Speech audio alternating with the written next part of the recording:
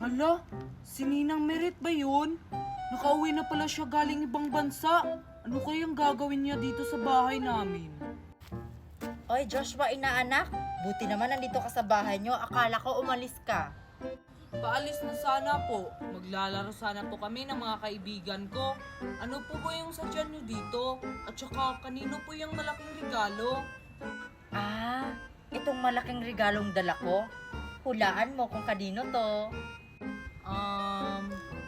Kay mami po yan? Ay, hindi to para sa mami mo.